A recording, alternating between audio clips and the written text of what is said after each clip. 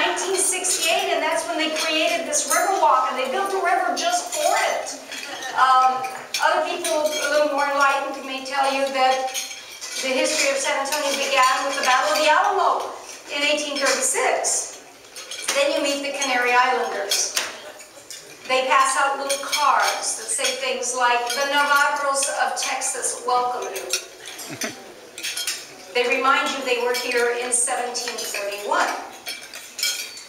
But if we look before European arrival in this area, we find a beautiful people. We find the people who always were enchanted by the beauty and the peacefulness, the tolerance, and the creative spirit of San Antonio. And if you look in the newspaper back a couple of weeks, you find this nice little article talking about how they went looking for the original site of Mission San Jose. Everybody talks about the missions. Yeah, these were great missions, and the Spaniards got here in 1718 and established a presence here. And who exactly were they missionizing if there weren't people here already? So it kind of makes us think about it. So they went looking for the original site of Mission San Jose. They decided they'd dig downward as well as find our history under layers of trash that we as human beings throw away that turns into dirt eventually. And they discovered a dwelling, and they said, "This is it, this is it." Except they took a second look, and it wasn't Mission San Jose. And they carbon dated it. And it was carbon dated someplace between 1500 and 3000 BC. So we've been here a while. And to all of us, the new threads and the old threads, this city is something magic. So when I write poetry, I come from San Antonio, and for many generations, and we had family members that watched the flags change overhead. We've always been such a welcoming people. We always said, "Mi casa es su casa," my house is your house, and they take it and put a new flag up. And so we had family members who've been here for a long while. We had family members that were brand new. But when I think about the poetry that really entrances me, I think about the voices of the people that you hear walking down the street, the people at the bus stops, the people that you just catch a glimpse of a little phrase before they get in their car, or people who are sitting talking to a friend, trying to put into words the essence of their life. What did they spend their life doing, or why did certain things happen? And they're trying to express this to someone in a few words, and they're creating the poetry that is the vital circulatory system of this city. So I'd like to capture for you a few of those verses tonight. Some of them are funny, and some of them are sad, and some just make us sit back and think a while. This first one's called "I Don't Cook." She says, "I don't cook," like it's a sign of true class, like I don't take bribes or I never beg.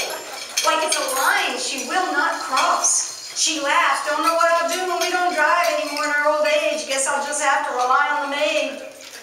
She talks mad money in 6 digits. I scraped $20.60 up from the bottom of the coin purse and offer to pay lunch. She nods and leaves. I steer the car home, shine the dashboard with a diaper wipe, place softly rolled homemade enchiladas in the oven for tonight, pay some bills, nail the squeaky board down again, hot glue gun the earring post, and laugh. I could live on what she throws away. Her smartly tailored suit will probably be tossed away tonight, while her eyes narrow critically, and some just doesn't emanate much class. I hang the Family Dollar shirt, and no true class has more to do with scrubbing a bathroom toilet when it needs to be done than drawing an empty line when it doesn't. I also wanted to share with you a different kind of voice, a voice from the other side of the tracks. This is the voice of a mother, very plain, not somebody who's got a great deal of formal education or a big title, but she performs a very simple act, the simplest act of all, the act that kind of warms everybody's heart, which is being fed, being given something to eat. When someone warms you something or makes you something just for you, it's a very, very special moment. And this poem is called Feeding You. I have slipped chile under your skin, secretly wrapped in each enchilada, hot and soothing, carefully cut into bitefuls for you as a toddler, increasing in power and intensity as you grew until it could burn forever. Silently spiced into the rice, soaked into the bean caldo, smoothed into the avocado, I have slipped chile under your skin, drop by fiery drop, until it ignited the sun altar fire in your blood.